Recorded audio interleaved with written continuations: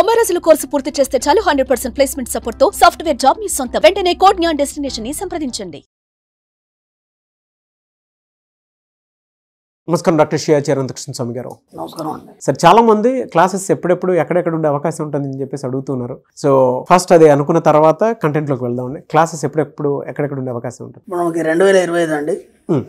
2025లో 13 April వచ్చి Rajahmundry, 20 April వచ్చి Hyderabad, 27 April వచ్చి బెంగళూరు అండి, 4 మే వచ్చి తిరుపతి, 11 మే వచ్చి విజయవాడ. ఇవే కాకుండా మనకి ఇప్పుడు ఈ 6వ తారీఖు ఏప్రిల్ వచ్చి మనకి స్పెషల్ క్లాస్ ఉంది.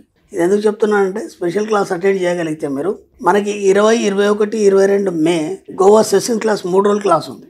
గోవా క్లాస్. ఈ స్పెషల్ క్లాస్ 6 ఏప్రిల్ కనుక మీరు అటెండ్ చేయగలిగితే మీరు సెషన్ క్లాస్కి అటెండ్ చేయడానికి మీరు అర్హులు అవుతారు. ఎందుకంటే లాస్ట్ టైం కూడా మనం గోవాలో ఎక్సలెంట్ క్లాస్ చెప్పుకున్నాం. ఆ సెషన్ క్లాస్ అనేది అద్భుతమైన క్లాస్. అది ఏంటంటే జీవితంలో మీరు పరిపూర్ణత్వాన్ని సాధించడానికి, ఒక ఉన్నత స్థాయి సాధించడానికి ఖచ్చితంగా మీకు అది దోహదపడుతుంది. మీకే కాదు, మీ తరతరాలకి. ఆ మాట కూడా చెప్పాను నేను. దానికి తగ్గట్టుగానే క్లాస్ ఉంటుంది. క్లాస్కి వచ్చిన వాళ్ళు కూడా ఫుల్లీ సాటిస్ఫైడ్.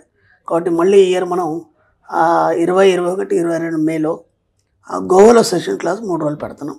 వీలైనంత తొందరగా ఎన్రోల్ చేసుకునే ప్రయత్నం చేయండి. Best of luck. నమస్కారం అండి డాక్టర్ శ్రీ ఆచార్య అనంతకృష్ణ స్వామి గారు. నమస్కారం అమ్మా. ఎన్నో అవమానాలు పాలవుతుంటుంటారు, ఇబ్బందులు పడుతూ ఉంటుంటారు, చాలా పెయిన్ చూస్తూ ఉంటుంటారు లైఫ్లో. ఆడవాళ్ళ విషయానికి వస్తే ఫైనాన్షియల్లీ ఇండిపెండెంట్ అవ్వాలని వాళ్ళ ప్రతి ఒక్కరి కోరిక, అది బయటపడాలి అనుకుంటూ ఉంటారు. బట్ ఏవో వాళ్ళని ఆపేస్తూ ఉంటుంది, ముందుకు రానివ్వదు. సో మనీ మంత్ర త్రూ మనం వాళ్ళకి ఏం చెప్పొచ్చు అంటారు ఈ ఎపిసోడ్లో? అంటే ముందు మనం ఏం చేయాలంటే మన లైఫ్లో కొన్ని డిజైన్ చేసుకోవాలి. డిజైన్ చేసుకోవాలనుకున్నప్పుడు కొన్ని విషయాలతో మనం ఏకీభవిస్తామా, ఏకీభవించామా, దాన్ని బట్టి మీ లైఫ్ ఉంటుంది. అవును. ఒకటి, మిమ్మల్ని సమర్థించేవారు. ఓకే, మిమ్మల్ని సమర్థించేవారితో మీరు ఏకీభవిస్తారా? ఒకటి. 2, మీ మీద సానుభూతి చూపించేవారు. ఓకేనా? మీ సానుభూతి చూపించడం అంటే మీకు ఇష్టమా? ఓకేనా? 3వది ఏంటంటే మీకు సలహాలు ఇచ్చేవాళ్ళు. ఈ ముగ్గురిని మీరు కంపేర్ చేసుకున్నప్పుడు మీరు ఎలా ఫీల్ అవుతున్నారు అనే దాన్ని బట్టి మీ లైఫ్ ఉంటుంది. ఓకే, మీ యొక్క ఆలోచనలు కానీ లేకపోతే మీ యొక్క పద్ధతులు కానీ ఏదైనా సరే మిమ్మల్ని ఎవరైనా సమర్థిస్తున్నప్పుడు నేను కరెక్ట్గానే ఉన్నా అనే ఫీలింగ్లో ఉంటారు. అంటే మీ తప్పు మీరు తెలుసుకోలేరు. ఓకేనా? అలాంటప్పుడు ఏమవుతుందంటే మీ తప్పు మీకు తెలియనప్పుడు ఎలా సరి చేసుకోవాలో కూడా తెలియదు. కాబట్టి వాళ్ళు ఏదో ఒకటి చెప్తుంటారు, ఇది బాగానే ఉందంటారు, అన్నిటికీ బాగుందంటారు. ఎందుకంటే మీరు డిసప్పాయింట్ కాకుండా వాళ్ళు ఏదో చెప్తుంటారు. అయినంత మాత్రం మనం దాన్ని ఓబే చేసామనుకోండి, దాంతో ఏమవుతుందంటే మన ఉనికిని, వ్యక్తిత్వాన్ని మనం కోల్పోవడం అనేది జరుగుతుంది. ఇంకా 2 విషయాలకు వచ్చినప్పుడు కూడా మీకు మీ మీద సానుభూతి చూపించే వాళ్ళు ఉన్నప్పుడు ఏమైపోద్దంటే జాలి, సానుభూతి అనేది మన మీద ఎవరు చూపించద్దు. ఎందుకంటే ఎప్పుడైతే మీరు జాలి, సానుభూతి కోరుకుంటున్నారో మిమ్మల్ని మీరు తక్కువ చేసుకుంటున్నట్టు లెక్క. అర్థమైందా? ఎప్పుడు కూడా ఏ విషయంలో అయినా సరే ఎవరైనా సరే మీ మీద జాలి చూపించడం కానీ సానుభూతి కానీ చూపిస్తే మీరు తక్కువైపోతున్నట్టు లెక్క. కాబట్టి దాని దగ్గర కూడా రానివ్వకండి. ఓకే, మిమ్మల్ని ఎవరో పొగుడుతారు, పొగిడినప్పుడు పొంగిపోతారు కదా, అది మంచిదే కదా. ఎవరైనా పొగిడినప్పుడు పొంగిపోతారు. ఇక్కడ ఏమవుతుందంటే మీరేంటో మీకు తెలుసు కదా, వాళ్ళు ఇంకా కొత్తగా మిమ్మల్ని పొగిడేదేముంది. కాబట్టి మీరేంటో మీకు తెలిసినప్పుడు ఎవరో పొగిడితే మీరు పొంగిపోయాల్సిన అవసరం లేదు. కాబట్టి సింపుల్గా దాన్ని తిరస్కరించండి. ఓకేనా? సున్నితంగా తిరస్కరించండి. అలాగే ఓకే అనండి. అక్కడ ఎక్కువసేపు ఉండకండి. మన సబ్జెక్ట్లో 2 లేవు, పొగడతలు లేవు, విమర్శలు లేవు. ఎందుకంటే నువ్వేంటో నీకు తెలిసిన తర్వాత ఎవరో ఏదో అంటే నువ్వు దాన్ని పట్టించుకునే అవసరం లేదు కదా. కాబట్టి ఇక్కడ నేను ఫస్ట్ చెప్పింది ఏదైతుందో, సెకండ్ చెప్పింది ఏదైతుందో, 3వది ఏదైతుందో, ఈ 3తో మీకు పని లేదు. ఈ 3ని మీ మైండ్లో తీసేయండి. ఈ 3ని కనుక మీరు మైండ్లో పెట్టుకుంటే మాత్రం మీరు ఎదగరు. ఎందుకంటే మన సబ్జెక్ట్లో మనం ఎవరి మాట వినాం. ఫస్ట్ పాయింట్, మన సబ్జెక్ట్లో మనం ఎవరి మాట వినాం. మనం ఇంతకుముందు ఎపిసోడ్లో చెప్పుకున్నాం. మన ఆలోచనలని మనమే తయారు చేసుకుంటాం, దానికి తగ్గట్టుగా మనమే నడుస్తాం. కాబట్టి ఇక్కడ మంచి అయినా సరే చెడైనా సరే బాధ్యులు మీరే. ఇది బాగా గుర్తుంచుకోండి. మంచి అయినా సరే చెడైనా సరే బాధ్యులు మీరే. అయినప్పుడు దేనికైనా కారణం మీరే అవుతారు. ఒక మంచి జరిగిందంటే దానికి ఎక్కడో బీజం పడింది. దాన్ని ఒకసారి లోతులకు వెళ్ళి ఆలోచించినప్పుడు, ఓహో ఇది పలానా టైంలో నేను ఇలా అనుకున్నాను, దానివైపు ప్రయత్నాలు జరిగి ఈరోజు ఇలా మనకి ఇవన్నీ సమకూరినాయని అనుకోవచ్చు. ఒక చెడు జరిగినా సరే ఏమంటే కుంగిపోకుండా మనం ఏం చేయాలంటే దీనికి బీజం ఎక్కడ ఉంది అంటే, ఇక్కడ మన సబ్జెక్టులు ఏమవుతుందంటే మీరు ఏదో అనుకొని వదిలిపెట్టేస్తారు, కానీ ఇలా ఎందుకు జరిగిందని మీకు తెలియదు. మన సబ్జెక్టులో ఏంటంటే నేను అన్న తర్వాత మాట్లాడే ప్రతి మాట విశ్వం తీసుకుంటాం. అంటే విశ్వంలో రికార్డ్ అవుతుందని మనం చెప్పుకున్నాం. అన్నప్పుడు అది మంచి కావచ్చు, చెడు కావచ్చు, అది ఏదైనా సరే నీ నుంచే వచ్చింది కాబట్టి ఖచ్చితంగా విశ్వంలో రికార్డ్ అయింది కాబట్టి అదే మీ జీవితంలో ఇవ్వబడింది. ఇప్పుడు దీనికి కారణం మీరే అయినప్పుడు ఇది విశ్వం ఇస్తుందని మీకు తెలిసిన తర్వాత ఇక ఇతరులు మీరు సమర్థిస్తేంది, మీ మీద జాలి చెప్తేంది, ఏకీభవిస్తే ఉంది, వాటన్నిటితో మీకు సంబంధాలు లేవు కదా. కాబట్టి మీరు ఎవరు నమ్ముకున్నారు ఈ సబ్జెక్ట్లోకి వచ్చినాక? విశ్వాన్ని నమ్ముకున్నారు. అలాగే మీ కాన్ఫిడెన్స్ మీదే మీరు నడుస్తారు. విశ్వం అంటే మీ యొక్క సుప్త చేతనాత్మ మనసు. కాబట్టి ఎప్పుడైతే మనం సుప్త చేతనాత్మ మనసును పట్టుకొని నడిచామో అదేం చేస్తుందంటే మంచి వైపుకి, ఉన్నతి వైపు మాత్రమే దారితీస్తుంది. అంతకంటే మీకు ఇంకా వేరే డిస్టర్బ్ చేయదు, మిమ్మల్ని ఎక్కడ కూడా కింద పడేయనియదు.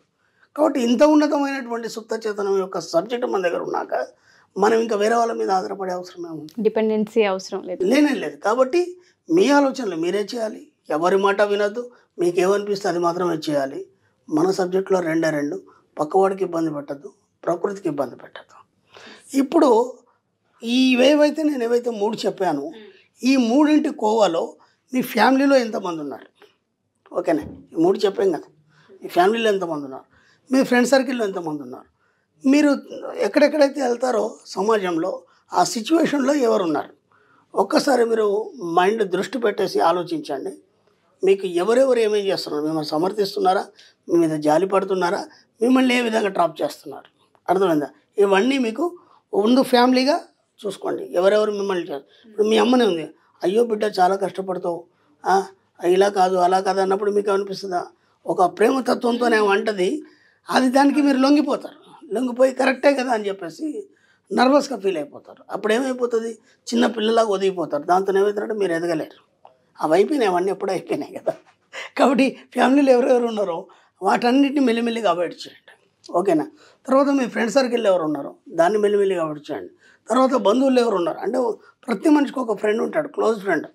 ఆడవాళ్ళు కావచ్చు, మగవాళ్ళు కావచ్చు, క్లోజ్ ఉంటారు. అంటే అన్ని రహస్యాలు చెప్పుకునే ఒక ఫ్రెండ్ ఉంటాడు. ప్రపంచంలో ఏదైనా సరే మన దిక్కు మాట్లాడేవాడు నిజమైన ఫ్రెండ్ అని కూడా ఉంటాడు. అంటే మన తప్పైనా సరే వాడు మన దిక్కే మాట్లాడుతుంటాడు. ప్రపంచం అంతా ఒకవైపున మన వైపు మాట్లాడేవాడు నిజమైన స్నేహితుడు అని అలా చెప్తుంటాడు వాడు. కానీ అది కూడా కరెక్ట్ కాదు కదా. ఎందుకంటే తప్పును తప్పుగా చెప్పాలి. ఇక్కడ అన్నిటికంటే గొప్ప ఫ్రెండ్ ఎవరంటే నీ సుప్త చేతనాత్మ మనసు. అందుకే అంటారు కదా, అరే నీ గుండెలు మీరు చేసుకొని చెప్పరా, అది ఎంతవరకు కరెక్ట్ అంటే నీకు తెలుస్తుంది. నువ్వు కరెక్ట్ చెప్తున్నావా, కరెక్ట్ చేస్తున్నావా, అబద్ధం చేస్తున్నావా, లేదంటే తప్పుడు దారిలో ఉన్నాయి, ఇవన్నీ మీకు తెలుస్తాయి కదా. అయినప్పుడు మీ యొక్క సబ్కాన్షియస్ మైండ్ని అడగండి, దాన్ని ఎలా సరి చేసుకోవాలి కూడా అదే చెప్తుంది మీకు. ఒక సమస్య వచ్చింది, నిద్రపోయే ముందు, నిద్రలోకి చేరే ముందు అడగండి అని చెప్పాను నేను. తర్వాత 3-4 రోజులు ఆ సమస్య పరిష్కారం అనేది జరుగుతుంది. ఇలా ఎక్కడైనా సరే ఈ ముగ్గురిట్లో ఎవరిని సమర్థించకండి.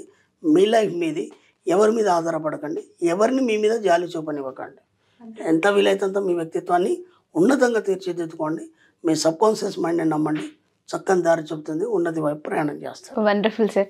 చాలా సందర్భాలు ఆడవాళ్ళు ఏంటంటే డిపెండెన్సీ, సమర్థింపు వైపు అండ్ దాంతోపాటు కొంచెం ఎవరైనా మా వైపు జాలిగా మాట్లాడితే ఒదిగిపోవడం, ఇవే ఎక్కువ చూస్తుంటుంటాం. అలా కాకుండా డిపెండెన్సీ లేకుండా లైఫ్ని లీడ్ చేస్తే కాన్ఫిడెన్స్ పెరుగుతుంది.